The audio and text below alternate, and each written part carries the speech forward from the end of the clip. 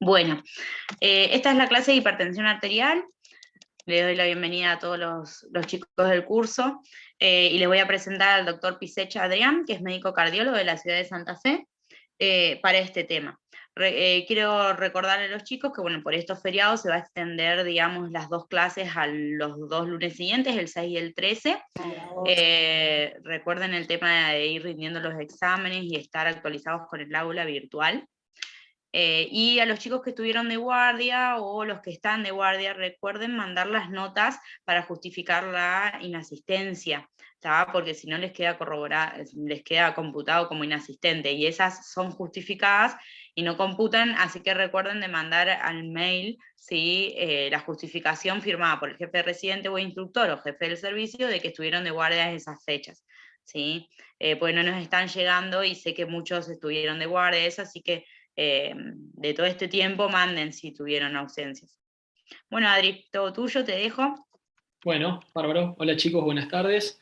Bueno, el tema de hoy es un tema bastante extenso, uno de los temas más extensos de la cardiología, por así decirlo. La idea o el objetivo mío principal es que puedan sacar algo de esta clase para abocarlo a su consultorio o a la consulta cardiológica frecuente, que es la hipertensión arterial. A ver si puedo pasar, ahí está. Bueno, básicamente lo que vamos a hacer en esta clase es primero, bueno, definir lo que es hipertensión arterial, vamos a hablar un poco sobre la epidemiología, cómo la clasificamos, los mecanismos básicos por los cuales se produce, cómo llegamos al diagnóstico, los objetivos y cómo tratamos al paciente, la evaluación y cómo lo seguimos, y algunas situaciones especiales que se dan en el consultorio habitualmente. Para definirla, bueno, la hipertensión es una enfermedad crónica que obviamente disminuye la calidad de vida de los pacientes, como toda enfermedad crónica. Está caracterizado por la elevación de las cifras de presión arterial por encima de 140/90 o más. Obviamente que esta cifra por ahí puede variar dependiendo los cortes que utilizan diferentes guías. Pero bueno, si bien los niveles de presión arterial se correlacionan con los eventos cardiovasculares ya desde cifras menores, este número es el que se toma porque a partir de aquí los eventos cardiovasculares aumentan de forma significativa, ¿sí? Con respecto a la epidemiología, bueno, una de las principales causas de muerte en el mundo y una de las principales causas para enfermedad cardiovascular. Aumenta constantemente el número de hipertensos, el crecimiento actualmente ese es prácticamente exponencial. Los pacientes que se presentan al consultorio con hipertensión habitualmente no solamente son solamente hipertensos, sino que tienen otros factores de riesgo asociados como tabaquismo, diabetes, sobrepeso, bueno, sedentarismo, obesidad. Y que esto trae aproximadamente un 50% de la carga de muerte en el mundo. Generalmente no podemos identificar una causa en el 90-95% de los cuadros. Si hablamos de la Argentina, el último registro de hipertensión que se hizo en el año 2017, que fue el registro nacional, el RENATA, hablaba de aproximadamente un 38% de pacientes hipertensos. Recordemos que esta cifra de hipertensión arterial es a partir de los 16 años, ¿sí? Y bueno, que es con el correr de los años, la hipertensión arterial es obviamente más frecuente en varones, y con el correr de los años esta diferencia va disminuyendo.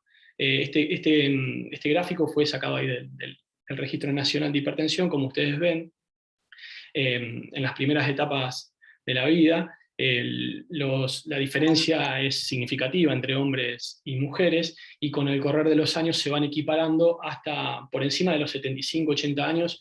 La hipertensión predomina más que nada en mujeres. Este registro, bueno, hubo dos registros de hipertensión, el RENATA 1 y el RENATA 2. Hubo un aumento en el porcentaje de hipertensos que identificaron entre uno y el otro, pasó del 36 al 38 aproximadamente. Fueron casi 6.000 pacientes lo que ingresaron en este registro en el RENATA 2, y fíjense cómo empeoró la cantidad de pacientes que son hipertensos y no lo conocen. Y otro dato mal, por así decirlo, es que los pacientes tratados y controlados disminuyeron, ¿sí? Disminuyó el porcentaje de pacientes tratados y bien controlados. Con respecto a una clasificación, bueno, hablamos de que se podía clasificar en primaria o secundaria cuando hay una causa identificable. Y bueno, este gráfico sacado del consenso argentino clasifica la hipertensión arterial a partir de los 140 milímetros de mercurio, 159, 90, 99 como hipertensión de nivel 1. ¿Sí? Presión arterial normal, menos de 130, 85. Bueno, y diferentes niveles. Este gráfico se relaciona muy bien con otras guías, como por ejemplo es la europea, que solamente le agrega la categoría de óptima en pacientes con menos de 120-80 de TA. La guía que está abajo a la derecha, que bueno, no se ve muy bien, pero es la de la Sociedad Internacional de Hipertensión, que los niveles de presión arterial son similares, solamente no incluyen lo que es el grado de hipertensión 3 y la hipertensión sistólica aislada. Y en el cuadro de arriba a la derecha tenemos el gráfico en el cual toman los niveles de presión en la Asociación Americana. ¿Sí? Las guías americanas se diferencian porque lo que hacen es definir hipertensión en pacientes con registros de presión de 130 a 139, 80 a 89. Ya estos los definen como hipertensos grado 1. Básicamente la diferencia que hubo es que se basaron en el estudio SPRINT, que todos los conocen, que es un estudio que tiene algunas críticas, randomizó muchos pacientes, aleatorizó más de 9.000 pacientes, dividió algunos para la mitad para control estricto, otro para control más laxo, pero bueno, lo que se le critica es la forma por la cual se le tomó la presión a los pacientes, que fue, en realidad no fue en consultorio la toma, porque no estaba el médico tomándole la presión, sino que el paciente estaba en una habitación solo con un medidor automático.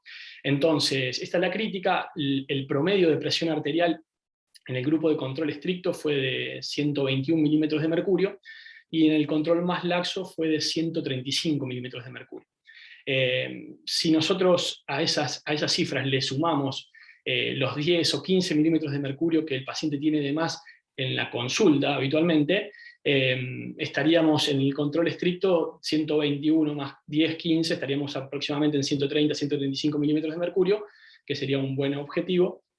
Y en el otro grupo, que eran los que tenían un control más laxo, que habían tenido 135 milímetros de mercurio de promedio, si le sumamos los 10 o 15 que se le suma en consultorio, estaríamos pacientes fuera del objetivo, y es por eso que se lo critica, que en realidad probablemente se comparó un grupo bien controlado y otro que probablemente no haya estado bien controlado. Pero bueno, demostró que hubo disminución de los eventos cardiovasculares, como así también tuvo eventos de hipotensión. Pero bueno, esa es la crítica que se le hizo a ese estudio, y por eso no todas las guías se adaptaron a ese estudio, solamente las americanas.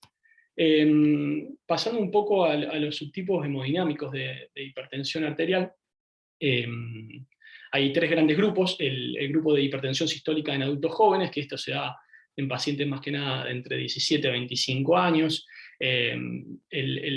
La causa básica de la hipertensión en estos pacientes es la hiperactividad simpática, que desencadena el aumento del gasto cardíaco. Es mucho más frecuente en hombres también esto, ¿sí? Después lo vamos a hablar en lo que es poblaciones especiales.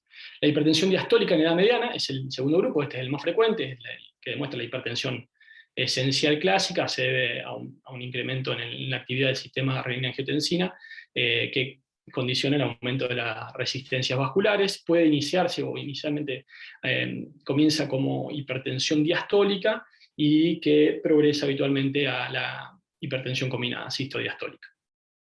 Y por último, el tercer grupo es el grupo de hipertensión sistólica aislada en personas mayores, que en estas personas es la que se da un desbalance, digamos, a nivel arterial.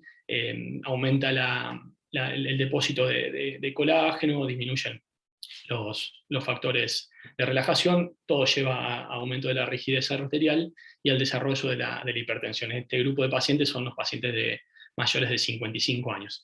En el gráfico que ustedes ven ahí abajo, lo que ven es que la presión arterial sistólica aumenta constantemente con la edad, ¿no? Permanentemente aumenta, ¿sí? En cambio, la hipertensión, las cifras de presión diastólica tienen un pico entre los 40 y 50 años, y luego, con el correr de los años, los niveles de presión arterial diastólica van disminuyendo. Bien. Bueno, nosotros sabemos que la hipertensión tiene varios mecanismos. Uno de los mecanismos son los mecanismos neurales, están determinados por el sistema nervioso autónomo, dentro de él más que nada el sistema nervioso simpático. El sistema nervioso básicamente lo que hace es regular los niveles de presión arterial a corto plazo, pero bueno, cuando existe una sobreactividad del mismo, se pueden generar cuadros de hipertensión arterial. El centro vasomotor, que está ubicado a nivel del bulbo, tiene situaciones en las cuales se excita, ya sea por centros neurológicos superiores, como el hipotálamo, la corteza, y lo que hace a través de sus eferencias nerviosas, que pasan a través de las cadenas simpáticas, es liberar catecolaminas que generan vasoconstricción, generan mayor liberación de catecolaminas a nivel adrenal, producen mayor aumento de la secreción de renina, ya que las células yuxtaglomerulares tienen receptores beta. Todo esto conlleva un desbalance y cuando se produce de forma sostenida se genera hipertensión. No solamente lo encontramos en los pacientes con hipertensión precoz, como hablábamos hoy, que era el mecanismo fundamental, sino también en pacientes obesos, diabéticos, renales crónicos y con apnea obstructiva del sueño. Es muy común encontrar en pacientes diabéticos la hiperreactividad del sistema nervioso. Otro de los sistemas, prácticamente uno de los más importantes, es el sistema renina-angiotensina-aldosterona. El mismo, bueno, comienza todo con la secreción de renina a nivel de las células yuxtaglomerulares, que se encuentran en las arteriolas aferentes. Se secretan una forma inactiva, que es la prorenina. Esta tiene dos formas de activarse a través de una vía enzimática y una vía no enzimática. La renina activa actúa sobre su precursor, sobre su sustrato, el angiotensinógeno, transformándolo en angiotensina 1. La angiotensina 1, si bien es una sustancia vasoconstrictora, no tiene la suficiente capacidad para aumentar los niveles de presión arterial de forma importante, y bueno, a través de la enzima convertidora de angiotensina, que se encuentra en todos los vasos, pero a mayor predominancia en el endotelio pulmonar, se genera la angiotensina 2, que sí, sí es un potente vasoconstrictor que ejerce sus efectos en la corteza adrenal, en el riñón, generando secreción de aldosterona, con el aumento de la retención de sodio, agua, ¿sí? A nivel de los vasos produce vasoconstricción directa, y aparte tiene un mecanismo implicado sobre la generación de disfunción endotelial, es un mediador proinflamatorio también, aumenta la formación de reactantes de oxígeno, aumenta la inflamación vascular, favorece el crecimiento celular y fibrosis también a nivel cardíaco, y produce también sobreactividad simpática. La aldosterona también puede actuar sobre el sistema nervioso a nivel del centro vasomotor y estimularlo, ¿sí? Y aquí vamos viendo de a poco cómo se van interrelacionando los diferentes mecanismos.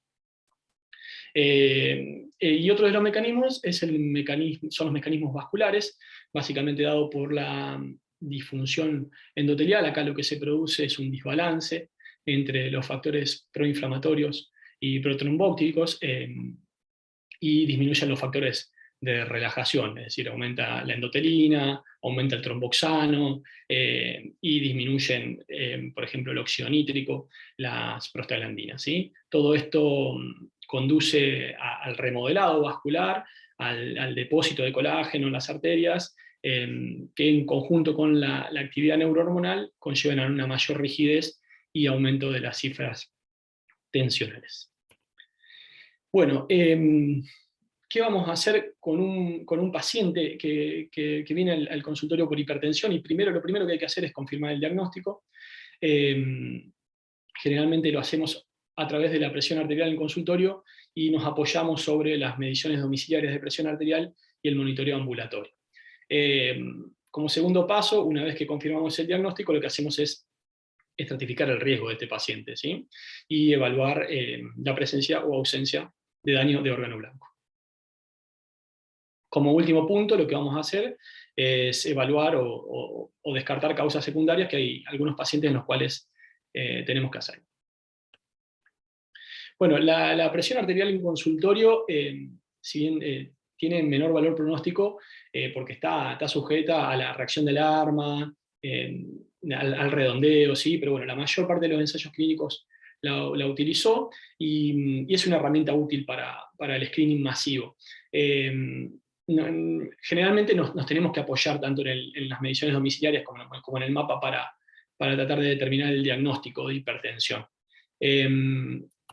Después, si ustedes, cuando veamos los diferentes niveles de hipertensión, están dados por presiones arteriales en consultorio y no por mediciones domiciliarias ni mapa, ¿sí? El monitoreo domiciliario de la presión arterial, el MDPA, bueno, es un procedimiento simple, económico, tiene ventajas que nos permite obtener un gran número de lecturas. Una de las desventajas con respecto al mapa es que no nos permite medir presión arterial nocturna, aunque ya hay algunos equipos que pueden ser programados para realizar mediciones nocturnas. No está, bueno, obviamente acá evitamos lo que es el efecto de guardapolvo blanco y hay que diferenciarlo de las automediciones de presión arterial, que son aquellas que realiza el paciente con equipos que no están validados o no están supervisados en condiciones inadecuadas, ¿sí? Hay los equipos tienen que estar validados, los que son más fiables son los que toman la presión a nivel de la arteria braquial, también tenemos de muñeca, tenemos de dedo, pero bueno, los que recomendamos habitualmente en el consultorio son los de la arteria braquial. Obviamente no todos los pacientes tienen acceso a estos equipos, que actualmente están entre 8.000, 10.000 pesos aproximadamente, pero bueno, lo ideal sería que todo paciente hipertenso tenga un equipo para medición domiciliaria de presión, y siempre que vamos a indicar mediciones domiciliarias de la presión, tenemos que educarlo al paciente. Los pacientes generalmente no se toman de forma adecuada la presión, y ahora vamos a ver más adelante cómo tenemos que indicarlo. La Sociedad Europea lo que nos recomienda son decirle al paciente que tome 2 mediciones matutinas y 2 vespertinas. Las matutinas son en ayunas antes de tomar la medicación, y las vespertinas por la tarde, puede ser después de la merienda o antes de la cena. Siempre el paciente, cuando venga al consultorio, nos va a traer todos los registros o nos va a traer el aparatito si tiene memoria, y lo que vamos a tener que hacer es un promedio. Nos va a llevar un poco de tiempo. Habitualmente 3 días me parece poco, generalmente entre 7 y 10 días sería lo mejor. ¿Cómo medimos la presión arterial? Esto es fundamental. Los pacientes vienen al consultorio cuando tienen presión arterial elevada porque se tomaron la presión porque le dolía la cabeza, o porque tuvieron alguna discusión, o porque les sangró la nariz. Cosas que los pacientes tienen que saber es que las mediciones de la presión arterial deben ser correctas. El paciente lo primero que tiene que hacer es vaciar la vejiga. El paciente tiene que estar en reposo entre 3 y 5 minutos. Tiene que estar sentado con la espalda apoyada, los pies apoyados, el brazo apoyado, ¿sí? El manguito tiene que ser del tamaño adecuado, tiene que estar a la altura del corazón. Como dijimos, el dispositivo tiene que estar validado también. Hay una página donde se lo pueden validar a todos los tensiómetros digitales, y obviamente no tiene que hablar cuando se está tomando la presión, no tiene que haber fumado, ni haber tomado café, ni haber hecho ejercicio en los últimos 30 minutos. Todas estas cosas que le tenemos que explicar al paciente nos llevan tiempo, pero son importantes para después poder aplicarlo en el consultorio y poder establecer el diagnóstico. Si el paciente va a utilizar tensiómetros anaeroides, debemos ver que obviamente que el manguito sea el adecuado también, y tiene que ser un tensiómetro calibrado. Cada 3 o 6 meses deberían ser calibrados todos los tensiómetros. Bueno, básicamente es un resumen de la MDPA, lo que dijimos, equipos validados, al menos entre 3 y 4 mediciones, lo ideal son 7, 2 mediciones matutinas, 2 mediciones vespertinas, y una vez que el paciente nos traiga los registros, vamos a hacer el promedio descartando el primer día de mediciones. Se considera un valor elevado, mayor o igual a 135/85. Con ese valor haríamos diagnóstico de hipertensión. El monitoreo ambulatorio de la presión arterial, bueno, tiene un valor pronóstico superior para lo que se refiere a detección de daño de órgano blanco y eventos cardiovasculares y mortalidad. Como decíamos, la principal ventaja es la valoración de la presión nocturna, que es un gran predictor de complicaciones cardiovasculares. Obviamente que es un estudio que por ahí es un poco engorroso, que el paciente no siempre lo quiere realizar. Y bueno, requiere algunas cosas importantes, como por ejemplo un sueño adecuado. Tiene que tener un sueño de por lo menos 4 horas en la noche y luego realizar la actividad habitual del día, en el día del estudio. Otra de las cosas importantes es que el paciente tiene que llevar un registro diario de las cosas que realiza, por ejemplo, cuando descansa, cuando duerme la siesta, para no incluir esos registros en los niveles de presión diurna, ¿sí? Normalmente durante la noche se genera un descenso fisiológico de la presión, lo que se conoce como patrón Dipper. El non-Dipper es cuando no se reduce la presión entre un 10 y un 20. Eso sí, se relaciona con mayor incidencia de daño de órgano blanco y eventos cerebrovasculares. Y tenemos algunos pacientes que pueden reducir la presión arterial de forma exagerada, en mayor de 20%, lo que se conoce como hiper-Dipper, y también está relacionado a mayor incidencia de eventos cerebrovasculares. Otro patrón descrito es el ritmo circadiano invertido. Muy frecuentemente se ve en pacientes con apneas del sueño, lo mismo que en la hipertensión nocturna aislada. ¿Cuándo vamos a considerar válido un monitoreo ambulatorio de la presión? Cuando las lecturas sean el 70% satisfactorias, en un total de 24 horas. Tiene que tener 24 horas el estudio y debe tener al menos un registro válido por hora. Lo que hablábamos de los registros de la siesta o el reposo, son importantes excluirlos del registro diurno para no subestimarlo. ¿Cómo hacemos diagnóstico de hipertensión a través del mapa? Si el promedio de 24 horas nos da 130, 80 o más, si el promedio diurno nos da 135, 85 o más, o si el periodo nocturno nos da más de 120, 70 milímetros de mercurio. Entonces, vamos a tener 4 grandes grupos. Cuando nos veamos con pacientes en el consultorio, vamos a tener aquellos pacientes con presión arterial normal en el consultorio y presión arterial normal fuera del mismo. Vamos a tener pacientes que están hipertensos en el consultorio, pero que en los controles ambulatorios vienen con niveles de presión normal. Los clasificamos como hipertensión de guardar polvo blanco, que se considera que a estos pacientes hay que hacerle un pequeño seguimiento porque tienen mayor riesgo de desarrollar en el futuro hipertensión sostenida.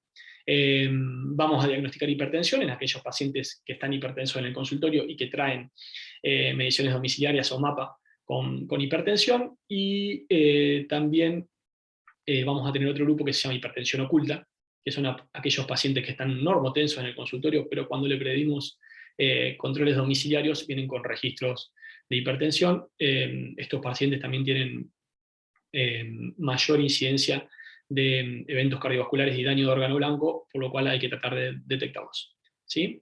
Bueno, una vez que hicimos el diagnóstico de hipertensión, vamos a tener que estratificar el riesgo del paciente. Todo comienza con la anamnesis. Siempre hay que preguntar al paciente desde hace cuánto viene con niveles de hipertensión, qué tratamientos recibió, si es que los recibe, qué tipo de fármacos usó, para ver si ha desarrollado, por ejemplo, efectos adversos, para no volver a utilizarlos. En el interrogatorio también podemos ir evaluando si el paciente tiene alguna sospecha de hipertensión secundaria, por ejemplo, si tiene antecedentes de enfermedades renales, si tiene síntomas compatibles con feocromocitoma o aldosteronismo, o síndrome de Cushing, o hipertiroidismo, todos los síntomas compatibles tenemos que preguntarlos para enfocarnos a ver si ese paciente puede ser un paciente con hipertensión secundaria. Obviamente también preguntar sobre los factores de riesgo, tanto personales como familiares, y evaluar síntomas de daño de órgano blanco. El examen físico del paciente va a ir orientado a la detección de daño de órgano blanco. Lo que primero hay que hacer en un paciente que viene a consultar por hipertensión, o que en realidad viene al consultorio, es tomarle la presión de forma correcta, como lo hablamos hoy, y de los dos brazos, ¿sí? Siempre en la primera consulta tratar de identificar cuál es el brazo dominante para explicar al paciente que luego se deberá tomar la presión de ese brazo. La auscultación cardiovascular, búsqueda de enfermedad vascular periférica, si encontramos soplos abdominales, pensar en hipertensión de origen renovascular. En pacientes jóvenes o niños, recuerden que también es importante tomar la presión de los miembros inferiores, y en pacientes ancianos, la maniobra de Osler para descartar pseudohipertensión. Una vez que ya evaluamos al paciente en el consultorio, debemos pedir estudios complementarios, estudios básicos como estudios de laboratorio. Están indicados en todos los pacientes hipertensos. ¿Para qué nos sirven? Para evaluar enfermedades asociadas, como hablábamos hoy. Los pacientes hipertensos generalmente no son solamente hipertensos. Establecer compromiso de daño órgano blanco, más que nada ver función renal y excreción de proteínas en orina. Si tenemos sospecha de hipertensión secundaria, por ejemplo, aquellos pacientes que tienen hipopotasemia espontánea o inducida por diuréticos, elegir el tratamiento farmacológico más apropiado nos va a orientar. Por ejemplo, un ejemplo sería si el paciente tiene hiperuricemia, vamos a tratar de evitar los diuréticos tiazídicos, y valorar los efectos también de los fármacos antihipertensivos. La solicitud básica comprende hemograma, glucemia, perfil lipídico, creatinina con cálculo de índice de filtrado glomerular, ionograma, uricemia y orina completa con sedimento. El estudio que siempre hacemos, que está indicado en todo paciente hipertenso para detección de hipertrofia ventricular, es el electrocardiograma. Nos ayuda también a identificar pacientes con fibrilación auricular, o aquellos pacientes que vienen al consultorio y encontramos signos de fibrosis en el electrocardiograma, nos pueden orientar a que ese paciente es un paciente de alto riesgo cardiovascular. El diagnóstico a través del electrocardiograma es menos sensible, obviamente, que el eco, pero su especificidad es elevada. En ese cuadrito que ven ahí abajo tienen todas las formas y criterios para establecer hipertrofia ventricular a través del electrocardiograma. Con respecto a qué otro tipo de estudios, la ecocardiografía bidimensional es un estudio que se debe solicitar para la detección de hipertrofia. Otros datos que nos pueden orientar son la dilatación de aurícula izquierda y la evaluación también de cardiopatías, que es lo que se hace a través del ecocardiograma. Se miden los espesores diastólicos tanto del septum interventricular como de la pared posterior, y se calcula la masa del ventrículo izquierdo. Obviamente esto tiene que estar ajustado a la talla y al peso del paciente, y se consideran normales valores en mujeres menores a 95 gramos y menores a 115 en el hombre. De los 3 cuadros que vamos a encontrar, más del 40 y 50% de los pacientes hipertensos presentan, es el remodelado concéntrico, que lo vemos en pacientes con espesores paritarios relativos aumentados y masa normal, y los pacientes con masa aumentada y espesores normales, lo que se llama hipertrofia excéntrica, y masa aumentada y espesores aumentados, lo denominamos hipertrofia concéntrica, ¿sí? Una vez que ya hicimos el diagnóstico de hipertensión, hicimos los estudios para tratar de estratificar el riesgo, vamos a tratar de ubicar a los pacientes en su riesgo cardiovascular. Cosa importante, todo paciente con condición clínica asociada, es decir, enfermedad coronaria, revascularizados, enfermedad vascular periférica, pacientes con ACV, pacientes que cursaron internación por síndromes coronarios y demás, ya son considerados pacientes de muy alto riesgo, más allá de los niveles de presión arterial. Otro de los pacientes que son considerados de alto riesgo son los pacientes diabéticos. Todo paciente diabético, más allá de su nivel de presión arterial, es considerado paciente de alto riesgo, ¿sí? Los pacientes de bajo riesgo van a ser solamente aquellos con niveles de presión arterial nivel 1, son todas mediciones de presión en consultorio, chicos, sin factores de riesgo, aquel paciente que es pura y exclusivamente hipertenso. Y después tenemos entre medio los pacientes de moderado riesgo cardiovascular, que son aquellos pacientes sin factores de riesgo, pero con nivel 2 de hipertensión en el consultorio, y aquellos pacientes con nivel 1 y nivel 2, pero ya con factores de riesgo asociados. Ahora veremos que en estos pacientes hay que hacer algún otro tipo de estudios para tratar de ver si estos pacientes realmente son de moderado o si pueden ser pacientes catalogados como de alto riesgo.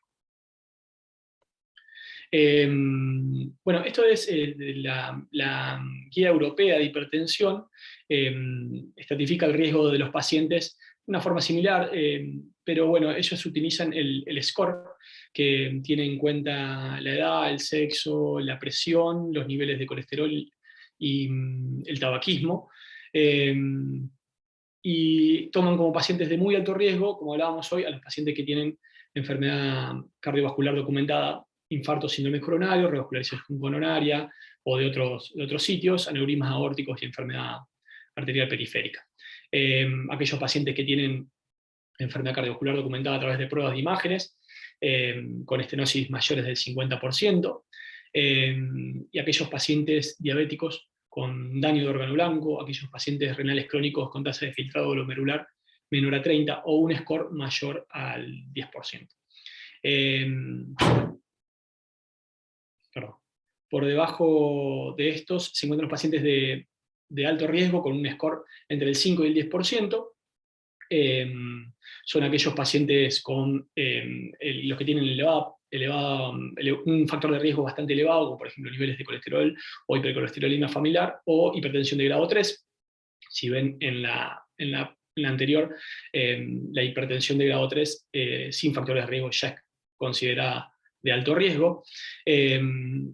Los pacientes que ya tienen hipertrofia ventricular, los pacientes que tienen enfermedad renal crónica con una tasa de filtrados entre 30 y 59. Y después tenemos los pacientes de riesgo moderado, con un score entre el 1 y el 5%, todos los pacientes de hipertensión grado 2, como vimos anteriormente, y los pacientes de bajo riesgo con un score menor al 1%. Como decíamos, los pacientes de riesgo intermedio vamos a tener que hacer algunas evaluaciones extras para discriminar si realmente son pacientes de riesgo intermedio o lo podemos pasar a alto riesgo cardiovascular. Los estudios que básicamente se solicitan son el Doppler vascular periférico, que puede ser carotidio o de miembros inferiores, con medición de índice tobillo-brazo. Acá lo que vamos a intentar determinar es si hay enfermedad vascular. Más allá si la obstrucción no es severa, hay que evaluar qué tipo de placas tiene ese paciente. Recordemos que las placas de alto riesgo son las placas que tienen mayor contenido lipídico, las placas ecolúcidas que tienen mayor riesgo de ruptura y modifican el pronóstico del paciente. El índice tobillo-brazo también es un indicador de órgano blanco cuando es menor a 0,9, y lo que tiene de malo por ahí el índice tobillo-brazo es que vamos a encontrar bastante tarde a ese paciente, como que el hallazgo ya va a ser medio tardío. La velocidad de onda de pulso es otro de los estudios que se utiliza para evaluar distensibilidad arterial.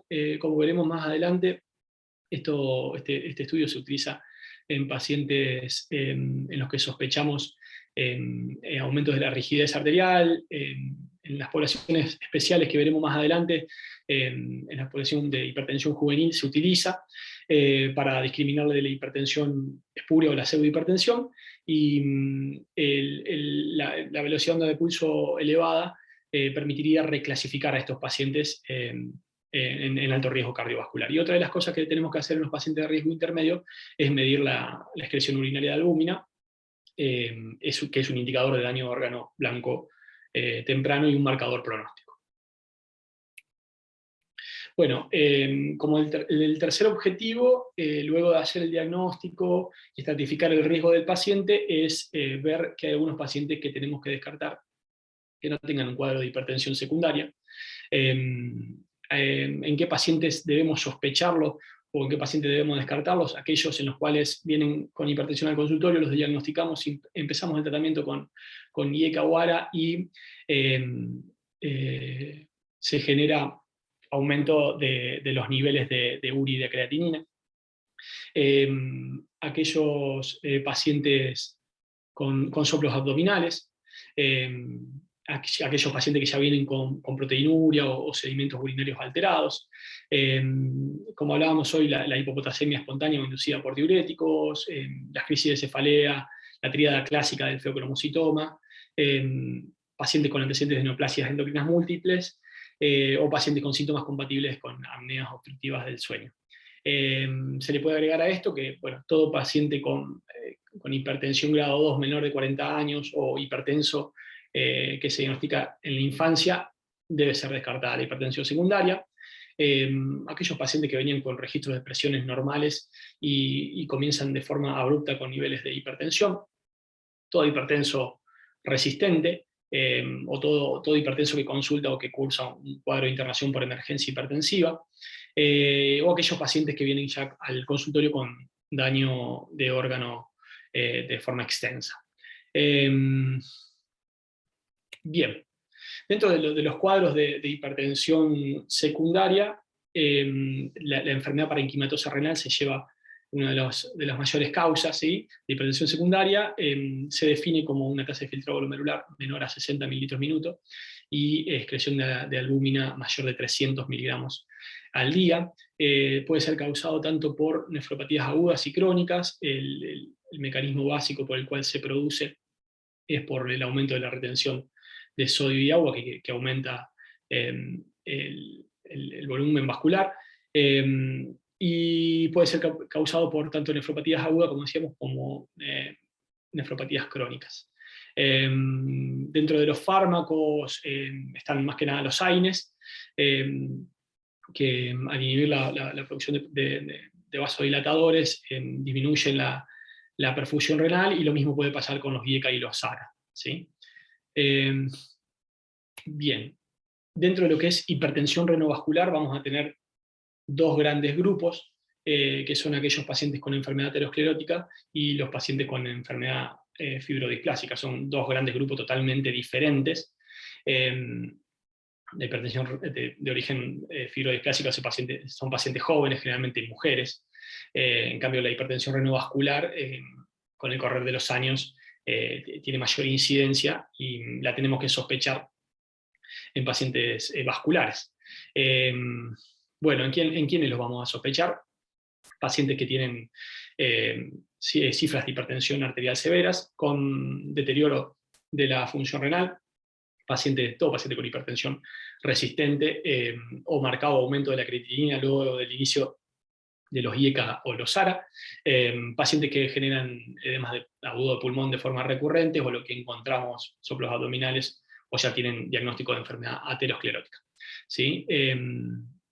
El diagnóstico puede orientarse a través del Doppler renal, y después debería confirmarse a través de o angioTAC, o angioresonancia, o angiografía.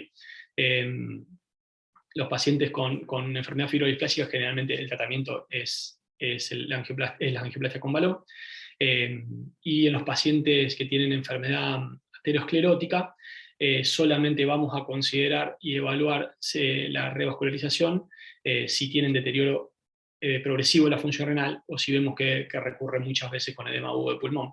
Si no, lo que se realiza es un control de los factores de riesgo y tratamiento médico. Hay que tener cuidado con estos pacientes. Si ya tenemos el diagnóstico y sí o sí vamos a utilizar IECA o ARA, hay que tener mucho cuidado y seguir muy de cerca los niveles de urea y creatinina. Y bueno, y otra de las causas, mucho menos frecuente, son tumores secretores de renina, generalmente en las células yuxtaglomerulares. El aumento de los niveles de renina también se va a acompañar, obviamente, de aumentos de los niveles de aldosterona, generando un hiperaldosteronismo secundario. Bien, bueno, básicamente esto es un cuadrito que resume un poquito en qué paciente vamos a sospechar hipertensión de origen renovascular. Otro origen de la hipertensión secundaria puede ser la hipertensión suprarrenal, ¿sí? De origen suprarrenal, que comprende el exceso de aldosterona, cortisol y catecolaminas. El exceso de aldosterona generado por el aldosteronismo primario puede llegar a formar parte del 10 al 20% de los casos de hipertensión resistente. Se genera por generalmente un adenoma o hiperplasia de la glándula.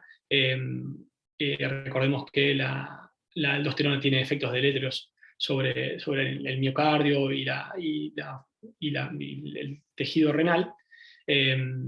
Por algo es importante llegar al diagnóstico, ¿sí? ¿Qué es lo que vamos a hacer con este paciente? Básicamente, si lo sospechamos, es solicitar aldosterona plasmática y renina también hay que pedir. En estos pacientes el cociente aldosterona-renina, si es mayor de 30, tiene que hacernos pensar en hiperaldosteronismo primario, y lo ideal sería medirlo sin medicación, y se debería también hacer prueba de supresión con fluido de cortisona, con solución salina o con la prueba de captopril. Si las pruebas nos confirman que hay un hiperaldosteronismo primario, deberíamos continuar con una toma de muestra de sangre a nivel de las venas suprarrenales de forma selectiva, porque no siempre podemos detectar por métodos de imagen dónde se encuentra el adenoma. Entonces, como el tratamiento definitivo es la extracción de la glándula, deberíamos tratar de identificar cuál de las dos glándulas es la que tiene la hiperfunción. Hay veces que no se puede identificarlo, o hay veces que diagnosticamos que se debe todo a una hiperplasia suprarrenal, o que el paciente no quiere realizarse la cirugía, y en estos pacientes el tratamiento básicamente es el bloqueo del efecto de la aldosterona con antialdosterónicos, ¿sí? Bueno, el cuadrito es sacado del Braunwald.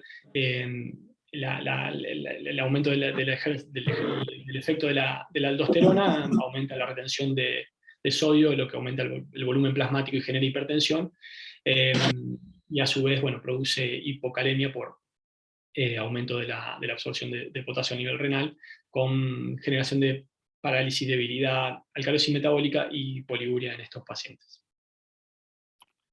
El síndrome de Cushing es otra de las causas. Se da por síntomas y signos secundarios a la acción de los glucocorticoides de forma sostenida.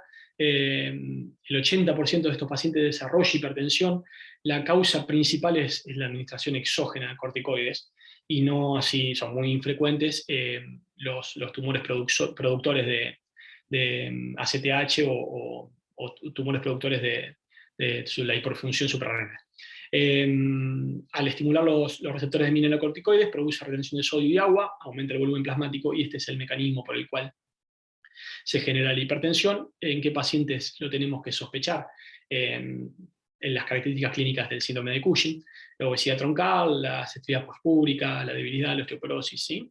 Y lo vamos a confirmar midiendo cortisol en orina, en plasma, y con pruebas de supresión de desametasona. Está de más decir que todo paciente con hipertensión secundaria, por lo general, lo derivamos al especialista en hipertensión, ¿sí? Pero bueno, son cosas básicas que debemos saber para orientarnos en el diagnóstico. Otra de las causas de hipertensión secundaria es el feocromocitoma, es una causa infrecuente. Cualquier tumor secretor de catecolamina es considerado un feocromocitoma. Puede estar ubicado en la glándula o puede estar ubicado fuera de ella. Hay veces que este tumor puede generar sintomatología que es totalmente desconcertante, pero bueno, la tríada clásica es la de hipertensión asociada a cefalea y sudoración, o taquicardia, cefalea y sudoración. También puede alternar episodios de crisis hipertensiva y de hipotensión o hipotensión ortostática, y hay que sospecharlo cuando aparecen aumentos paroxísticos de la presión, más que nada ante procedimientos diagnósticos, ante usos de inducción de anestésicos o ingestión de comidas que contienen tiramina. Bien, el diagnóstico se realiza mediante el dosaje de catecolaminas, tanto en sangre y en orina, y el tratamiento es básicamente quirúrgico. Hay que tratar de localizar el tumor si es que se puede, y antes de la cirugía siempre se debe preparar al paciente con bloqueantes alfa. Es uno de los tratamientos de elección en estos pacientes. Nunca utilizar beta bloqueantes en pacientes que sospechamos feocromocitoma. Es el efecto similar a los pacientes que cursan internación por crisis hipertensivas por cocaína. Y bueno, el cuadrito que está ahí a la derecha es un cuadro para resumir un poco en qué pacientes vamos a sospecharlo. Algo que faltaba agregar, por ejemplo, pacientes que desarrollan crisis de hipertensión cuando se manipula el tumor a través de la palpación abdominal. Lo que hablábamos hoy de las patologías, los tumores neuroendocrinos, ¿sí? En estos pacientes hay que sospecharlo. Bueno, y para ir resumiendo un poco sobre las causas de hipertensión secundaria, lo que hablamos hoy sobre el aldosteronismo primario, aquellos pacientes con hipopotasemia inducida por diuréticos o no, todo paciente con hipertensión resistente o hipertensión nivel 3, o aquellos en los cuales encontramos incidentalomas adrenales o antecedentes de ACV en familiares de edad temprana. Hipertensión renovascular, lo que hablábamos también previamente, pacientes con insuficiencia renal progresiva e hipertensión, aumento de creatinina con el uso de los inhibidores del sistema renina, y edema agudo de pulmón recurrente. El feocromocitoma lo hablamos recién, y una de las causas que puede estar considerada una de las causas más frecuentes de hipertensión resistente es la apnea del sueño, la apnea obstructiva del sueño. Debemos sospecharla en pacientes que tienen cefaleas matinales, que están somnolientos durante el día, roncadores, obesos, aquellos que tienen diámetros cervicales grandes y índice de Malampati elevado también. El diagnóstico se hace a través de la polisomnografía, y el tratamiento es el CPAP básicamente. Muy bien, y como ven ahí, al final, una vez que confirmamos el diagnóstico, o antes o ante la sospecha, derivarlo siempre al especialista. Bueno. Ya diagnosticamos al paciente, ya lo estratificamos y ya evaluamos si tiene una causa secundaria o no de hipertensión. Ahora lo que tenemos que hacer es iniciar el tratamiento, ¿sí? Todo tratamiento de paciente hipertenso debe comenzar con el tratamiento no farmacológico. El paciente debe entender que es una parte fundamental disminuir la ingesta de sodio. Hay una relación lineal entre el consumo de sodio e hipertensión. Hay que explicarle al paciente que gran parte de la sal que él consume está en la sal oculta, en la sal que ya viene en los alimentos, y fíjense que la recomendación son 4 o 5 gramos por día, pero el argentino promedio consume 12 gramos por día.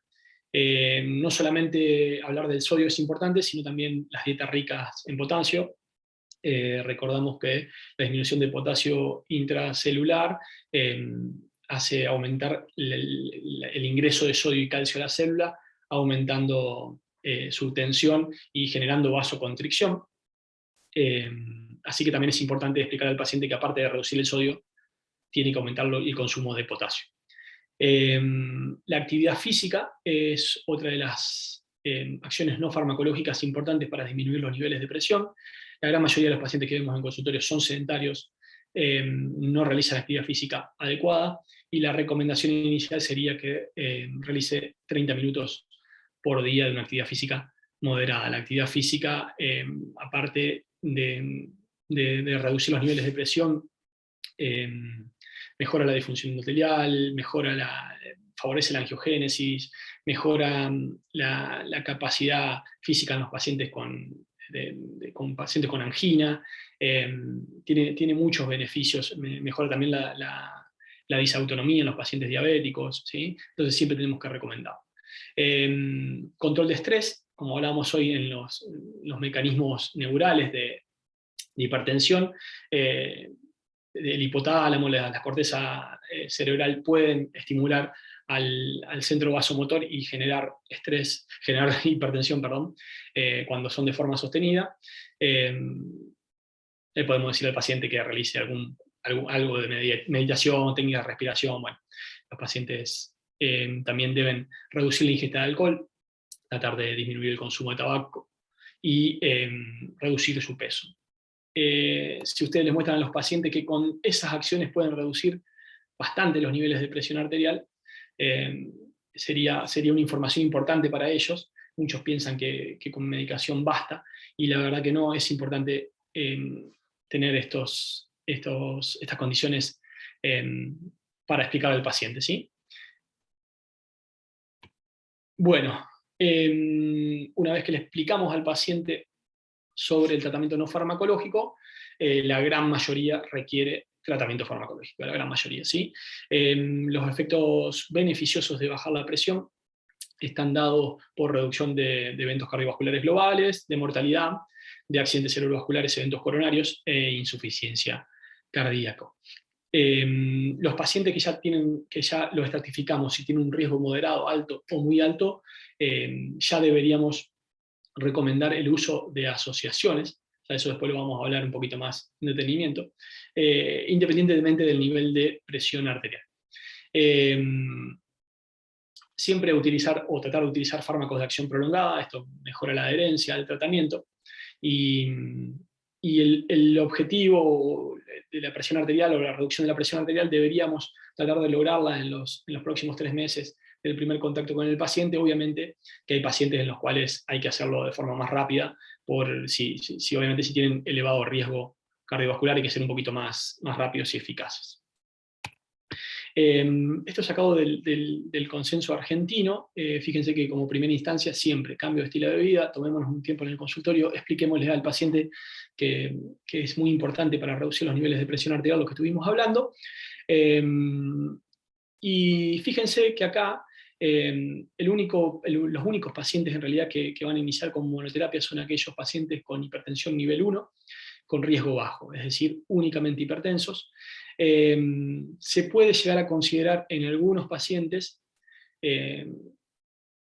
esperar 3 meses y luego comenzar tratamiento, es decir, solamente cambio de estilo de vida. En realidad la mayoría termina con tratamiento, así que bueno, por ahí no perder el tiempo y ya comenzar el tratamiento. El resto de los pacientes con riesgo moderado o alto, lo que decíamos recién, vamos a iniciar combinaciones farmacológicas. Bueno, esto es sacado de la guía europea, es básicamente lo mismo, no hay diferencias. Considerar solamente tratamiento con monoterapia en pacientes con hipertensión grado 1 o en algunos pacientes mayores de 80 años frágiles, ¿sí? Si no, el resto de los pacientes comenzar con tratamiento combinado. ¿Cuál es el tratamiento que se indicaría? Siempre un IECA o un ARA, y puede estar asociado o a un bloqueante cálcico o a un diurético tiacídico. Si el paciente no controla niveles de presión, no llega a los objetivos, el paso siguiente es la combinación triple, IECA o ARA más bloqueante cálcico y un diurético. Esto por ahí es un poco difícil, pero sería lo ideal, en un solo comprimido, utilizar la combinación triple. La gran mayoría de las obras sociales no cubre este tipo de medicamentos, pero bueno, sería lo ideal.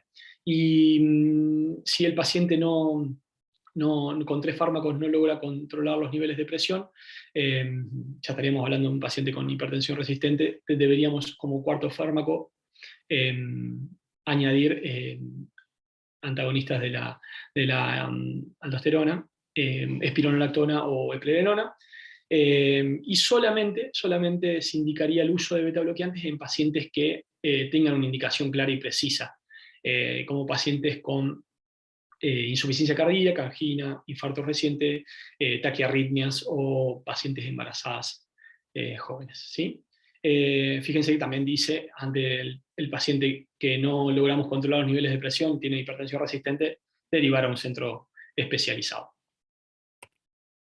Bueno, lo que hablábamos hoy, monoterapia o terapia combinada.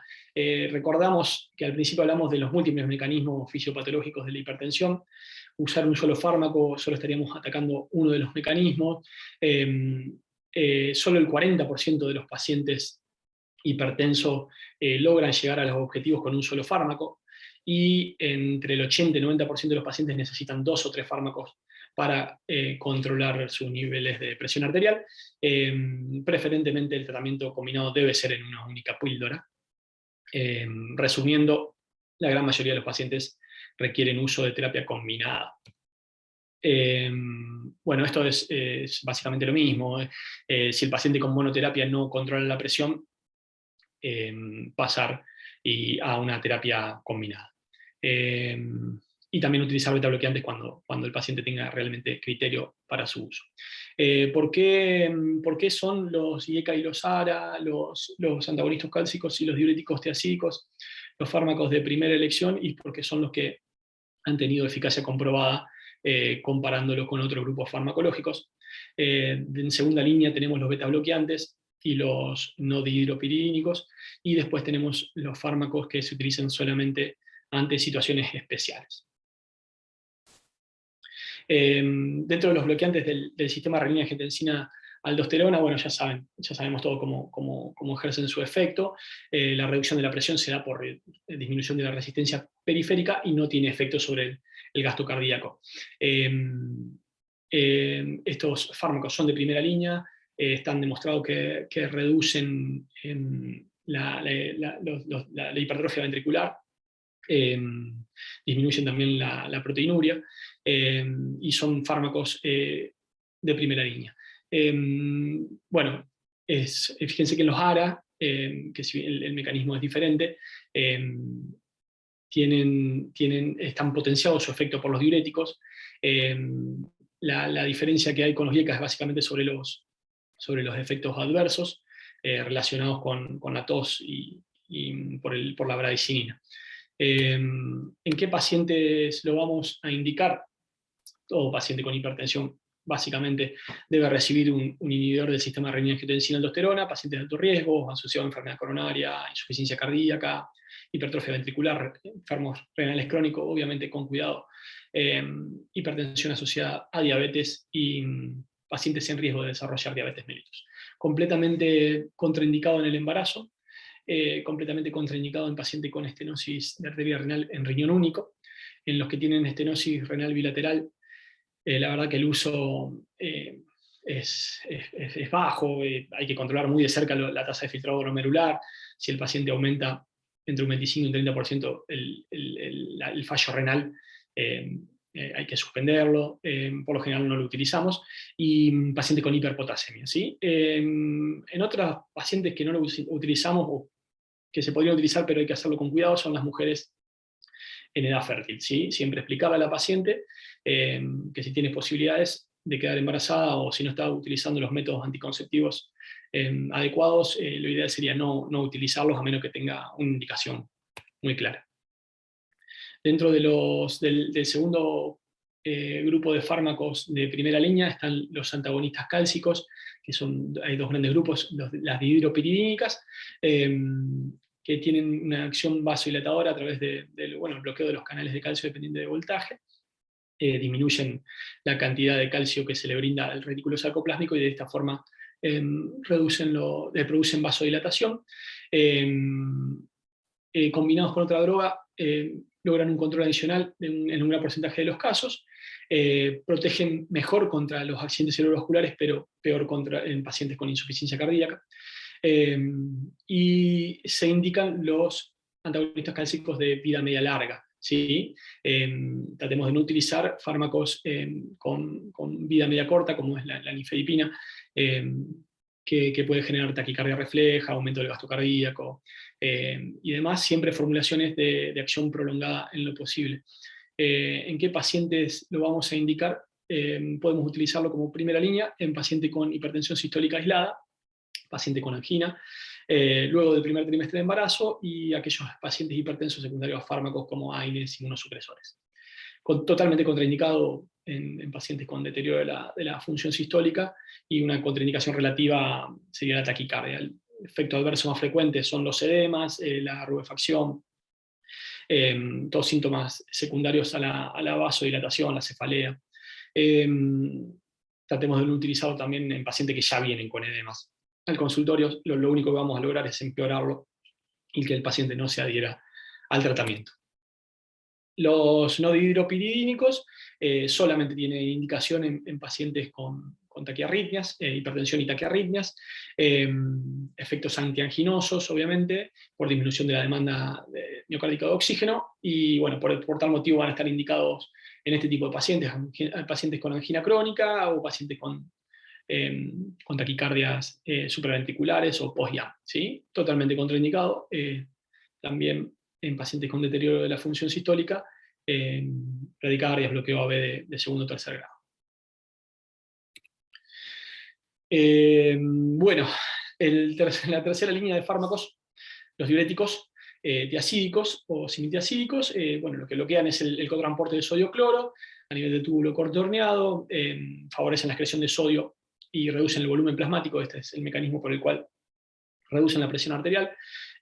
Lo que tenemos que tratar de hacer es ante el paciente, tratar de ubicarlo dentro de cuál es el mecanismo que está predominando en este paciente por el cual se está desarrollando la hipertensión, y en base a eso enfocarnos en el tratamiento.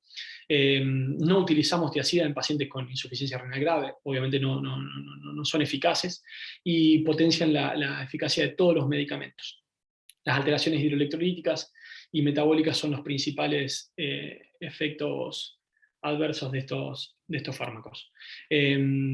Como primera indicación, en pacientes con hipertensión sistólica aislada, y pacientes también con hipertensión y hipercalciuria. Recordemos que aumenta la absorción de calcio a nivel renal, por eso por ahí puede favorecer a algunos pacientes con osteoporosis o con litiasis renal. Y va a estar totalmente contraindicado en pacientes si tenemos trastornos, por ejemplo, como hiperparatiroidismo, no le aumentemos más el calcio al paciente. Aquellos pacientes ya que vienen con hiponatremia o crisis gotosa, como hablábamos hoy, no utilizarlo. Por eso el laboratorio nos iba a orientar un poco sobre qué fármacos utilizar y no utilizar. Los ahorradores de potasio, dentro de ellos tenemos la espironolactona y la eplerenona, que son bloqueantes de la aldosterona, y bueno, el amiloride, que es un inhibidor directo de la secreción de potasio. Como vimos en los cuadros anteriores, el uso que se da de estos fármacos en hipertensión es en la hipertensión resistente. Lo utilizamos como cuarto fármaco. Y bueno, diuréticos de ASA prácticamente no tienen indicación en hipertensión, solamente lo vamos a utilizar en aquellos pacientes con sobrecarga hídrica en insuficiencia renal.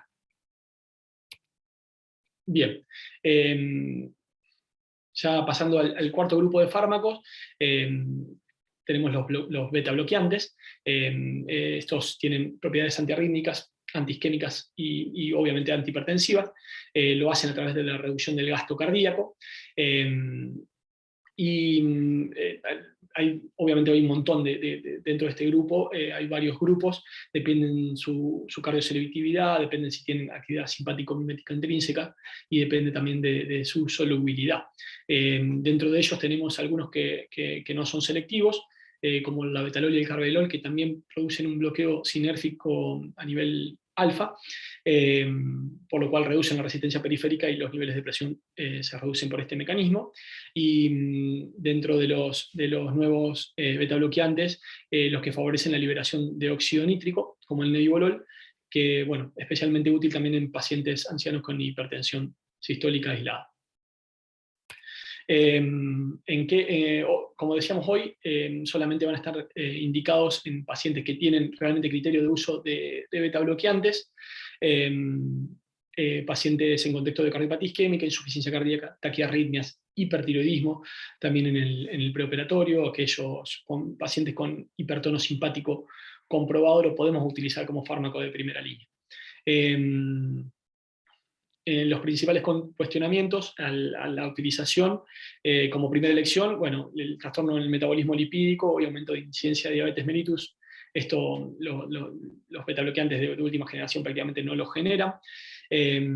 Y como efectos adversos principales, ya todos los conocen, se deben todos o son secundarios a la disminución del gasto cardíaco, la fatiga, la astenia, el decaimiento. En aquellos que no son cardioselectivos, broncoespasmo. También hay pacientes que se quejan mucho de la disfunción sexual.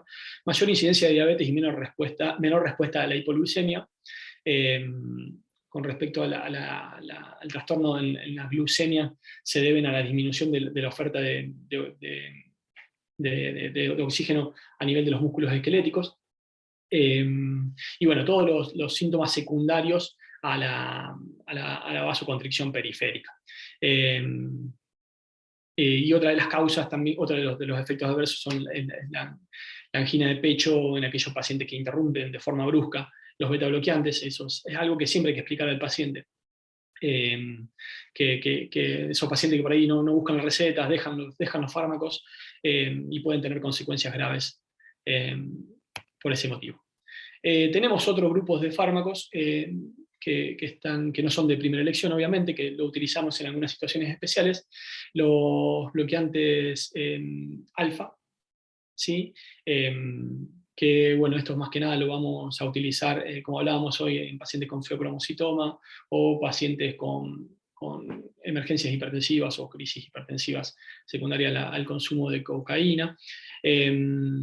Y obviamente no van a estar indicados en pacientes con insuficiencia cardíaca o hipotensión ortostática. Los fármacos de acción central, básicamente la metildopa, tiene su uso básicamente en la hipertensión en el embarazo, y también lo podemos utilizar como quinta o sexta droga en paciente con hipertensión resistente. Y por último, los vasodilatadores directos, que estos son más que nada utilizados en las emergencias cardiovasculares, nitroprusiato, nitroglicerina, y la hidralazina también por vía oral puede utilizarse en pacientes con hipertensión. También podemos pensar o utilizarla como quinta o sexta droga en pacientes con hipertensión resistente. Bueno, esto es básicamente lo que hablábamos recién.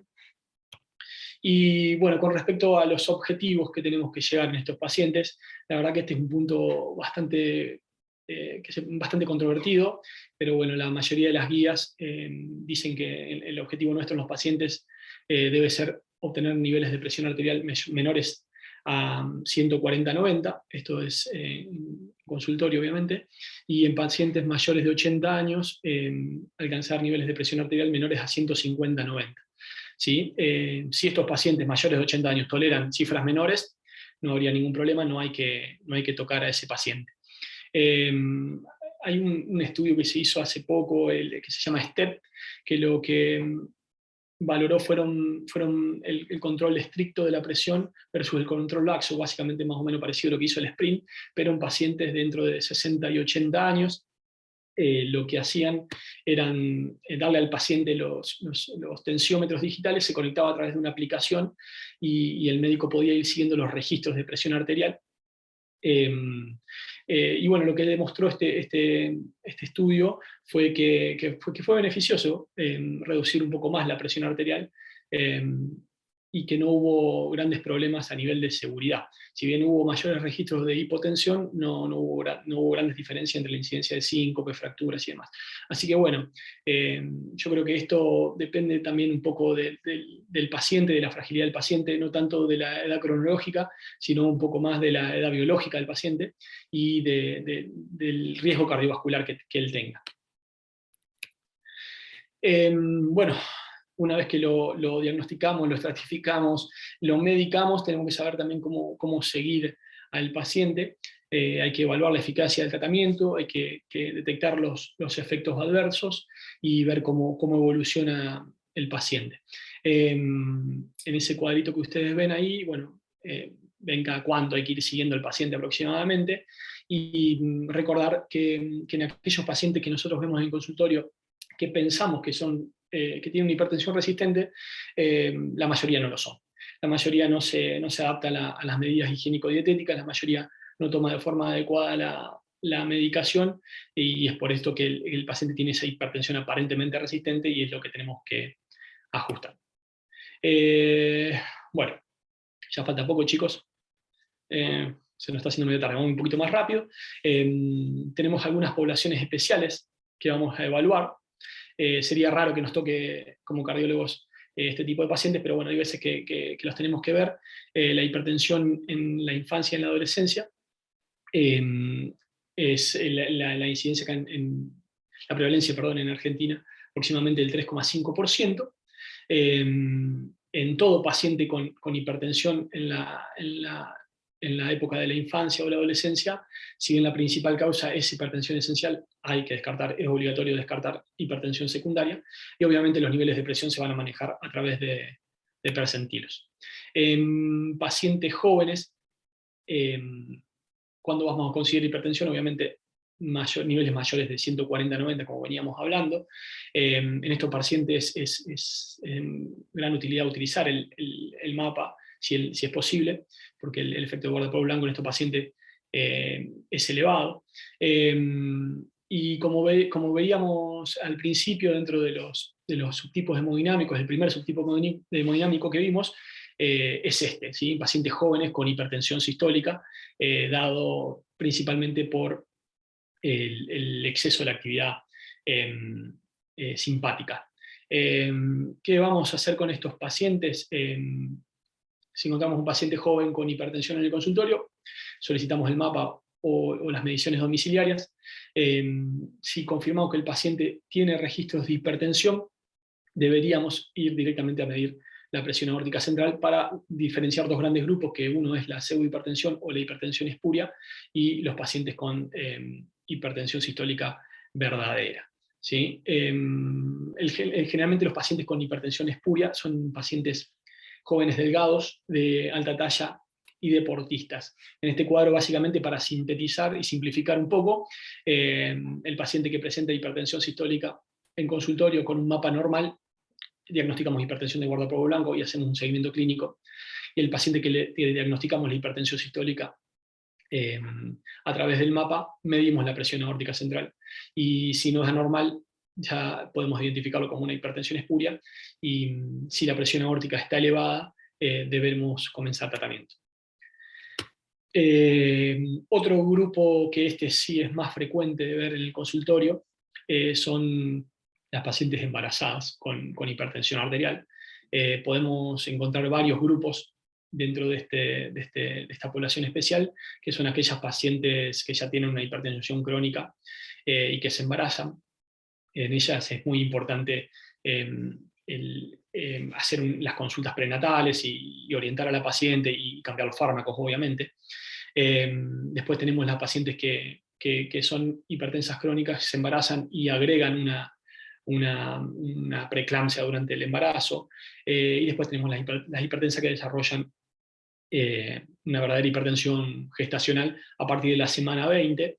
Y también tenemos algunas pacientes que no sabemos qué son, porque son pacientes que vienen sin controles previos de presión, sin controles durante el embarazo, y la encontramos hipertensa.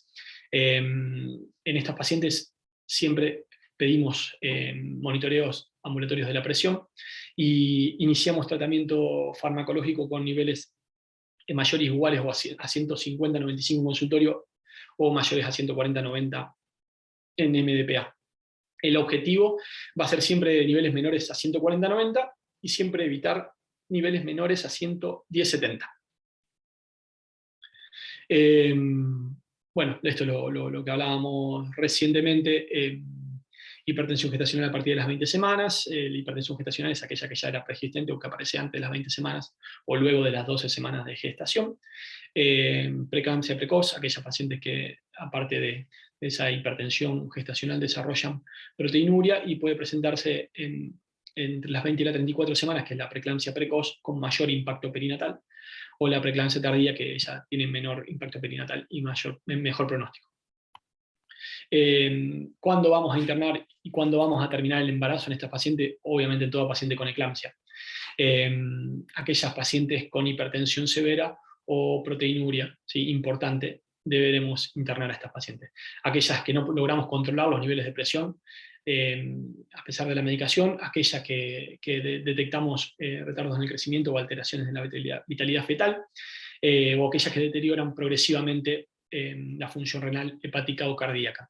¿Vamos a utilizar aspirina? Sí, en pacientes de alto riesgo, más que nada hipertensas crónicas, hipertensas que hayan desarrollado en embarazos previos, diabéticas o con enfermedades autoinmunes, o aquellas que tengan más de un factor de riesgo, como ser mayores de 40 años, que sean primíparas, con índices de masa corporal aumentados en la primera visita o embarazos múltiples. La dosis que se recomienda es de 100 a 150 miligramos día desde la semana 12 hasta la semana 36. Hay un estudio del New England que comparó también el control laxo versus el control más estricto. No hubo grandes diferencias. Así que bueno, lo que tenemos que tratar de que la paciente tenga menos de 140/90, pero no menos de 110 de sistólica. Los fármacos que están indicados en las pacientes hipertensas son los que utilizamos habitualmente: alfa-metildopa, que ya hablábamos hoy, el labetalol y la nifedipina, siempre de acción prolongada, chicos, y totalmente contraindicado los IECAS y los SARA. Bueno, ya vamos terminando. Otra de las poblaciones especiales son aquellos pacientes con hipertensión arterial resistente, aquellos que no logramos conseguir el objetivo, aún tratándolo con 3 fármacos a dosis altas o a la mayor dosis que el paciente tolere. Como dijimos anteriormente, hay que ver que este paciente se adhiera al tratamiento. Y bueno, en estos pacientes que con 3 fármacos no funciona, no logramos lograr los objetivos, vamos a agregar como cuarto fármaco la espironolactona. Y la hipertensión refractaria, aquellos pacientes los cuales no responden a 5 fármacos. Y bueno, que estos siguen siendo un desafío, estos pacientes. La verdad que por ahora las guías no indican otro tipo de tratamiento, y obviamente ya en pacientes con hipertensión resistente deberíamos ir pensando derivarlo a centros especializados de hipertensión. Bueno, ya más o menos sabemos qué es lo que tenemos que hacer. También tenemos que saber qué no hacer. No utilizar 2 bloqueadores del sistema renina. Hay pacientes que vienen medicados lamentablemente con estos 2 fármacos por ahí, por indicación médica o porque el paciente falló la anamnesis o el paciente no sabe bien qué medicamentos toma y uno le agrega medicamentos y va. No se recomienda el uso de aspirina de forma sistemática en pacientes hipertensos. No retirar los fármacos en aquellos pacientes que sobrepasan los 80 años y vienen con buenos niveles de presión y los toleran bien. Y lo que hablábamos hoy en pacientes con hipertensión refractaria, no estaría recomendado el uso de dispositivos, excepto en contexto de estudios clínicos, ya sean desnervación, ya sean fístulas arteriovenosas, marcapasos a nivel de los vasoreceptores, etc. Bueno, y por último, chicos, para ir terminando, ya deben estar bastante aburridos. Creo que es fundamental que eduquemos al paciente. En el consultorio tenemos que tomarnos el tiempo en aquel paciente hipertenso, explicarle cómo debe tomarse la presión arterial, en qué momentos tomarse la presión arterial. Hay muchos pacientes que lo hacen de forma incorrecta, lo hacen en situaciones que no deben hacerlo, ¿sí? Entonces es importante tomarse el tiempo y explicarle cómo deben realizarse las mediciones domiciliarias de la presión arterial. También explicarle al paciente que debemos lograr objetivos, que es muy importante que el paciente controle sus niveles de presión arterial para evitar el daño de órgano blanco y futuras complicaciones cardiovasculares. Y también explicarle al paciente que la hipertensión es una enfermedad crónica y como toda enfermedad crónica debemos controlarla y seguirla de cerca. Bueno, chicos, eso es todo. Les agradezco mucho la atención y bueno, no sé si hay algo más, alguna duda, algo que me quieran preguntar. Espero que no, pero bueno, cualquier cosita pueden activar el micrófono. Excelente, Adrián, la clase que diste, el resumen, como vos dijiste, bueno, hipertensión es un tema larguísimo, pero es uno de los, es fundamental, es un tema de consulta, creo que uno de los más frecuentes Sí, en consultorio, el que tratamos, y bueno, sabemos que para todo el impacto y la mortalidad cardiovascular es uno de los principales factores de riesgo. Así que esto de tomarse el tiempo, hacer un buen diagnóstico, un buen tratamiento, educar al paciente, parece lo más sencillo y es lo más difícil. Y creo que viene por ahí más que todo el tema de la adherencia y para llegar a un objetivo. Y bueno, totalmente. poder lograr, porque como vos mostraste al principio, los registros, o sea, uno sabe que es hipertenso, pero si no lo trato correctamente y no lo controlo, no me sirve de nada, ¿sí? Así que es fundamental todo esto Totalmente. que explicaste. No sé si alguno de los chicos tiene alguna consulta, ya que lo tenemos a Adriana acá, o algo especial. Viste que el Yo tema de fármaco, Adri, es también un poco sí, esto de ver qué población, qué patologías tiene cada uno, entonces si le doy una droga que sirva exacto, para otra patología que tiene y sirve para las dos cosas. tal cual. Y el tema de la medicación, por ahí muchos preguntan con cuánto empiezo, con qué, que bueno, es un Bueno, poco eso, artesanal, digamos, eso como vamos manejando. es a medida que uno va haciendo consultorio, le va tomando la mano a diferentes drogas, por eso algunos trabajan con unas, otros trabajan con otras. Hay veces que vienen pacientes con irbesartán a mi consultorio y la verdad que no sé cómo es el efecto antihipertensivo. Por ahí uno en la residencia, por sus profesores, utiliza ciertos fármacos y se va adaptando a esos fármacos y ya saben qué paciente utilizarlo, ya sabe más o menos la eficacia. Eh, no todos los pacientes responden igual, obviamente, pero bueno, sí, no es una tarea fácil. Yo creo que con el correr de los años uno va tomando un poco de experiencia, va viendo muchos pacientes en consultorio y va logrando llegar a los objetivos, que es lo que tenemos que hacer. Tal cual, creo que uno al principio va con un poquito de miedo, le pongo un poquito, y esto de, dependiendo, o sea, nosotros tratamos a un paciente con su riesgo cardiovascular y no un valor de presión. Eso es que los chicos quede bien claro también para decir, bueno, me animo a tal droga, me animo a una combinación, ¿sí? Y siempre ver el global del paciente y no un número, Exactamente. que justamente es lo importante. Creo que sí, como decís, al haber o sea, de la parte farmacéutica tenemos tantas drogas antihipertensivas que a veces es un poco difícil esto de cuál elijo, qué droga, con qué arranco. Así que por eso es fundamental hacer una buena anamnesis y examen físico para adecuar la mejor droga al mejor paciente y en un momento determinado de su vida. También, ¿sí? Como vos mencionaste, poblaciones especiales, ¿sí? Tenemos después en determinados, no sé, mujeres en edad fértil, o sea, no vamos a usar determinadas Exactamente. drogas y así. Exactamente. Así que hay que hacer una buena anamnesis, examen físico y creo que con eso alcanzaría. Sí, Pero tal bueno, cual. no sé si chicos quieren aprovechar perdón, alguna No, duda de no, los chicos. yo lo que quería decir básicamente es que si bien los cuadros de las guías inician todo el tratamiento con GIECA o ARA, y después le suman el bloqueante cálcico o el diurético, hay pacientes con los cuales arrancamos con primer droga con betabloqueante. No es que eso tiene que ser así.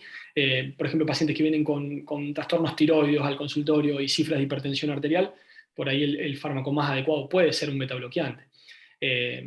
Y podemos adicionarle a este beta bloqueante, si no logramos cifras de objetivos, un diurético tiacídico que viene en combinación con un beta bloqueante. Digamos, tenemos que ir buscándole la vuelta al paciente dependiendo sus antecedentes.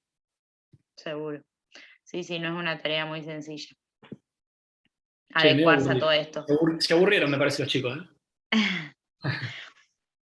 Bueno, Adri, Bueno, muchísimas gracias por no, tu participación y por la clase, por la verdad que una revisión súper importante, hasta nombraste los últimos trial que salieron, que bueno, sí, como vos decís, son para discutir el step y el sprint, pero bueno, la verdad que estuvo muy, muy buena, así que te damos las gracias de la Asociación de Cardiología de Santa Fe, y bueno, después a los chicos le va a quedar la clase subida para poder revisarla y verla también para una buena clase de consulta. dale, bárbaro. Bueno, buenas Bueno, noches. muchas gracias por invitar, ¿eh? Hasta luego.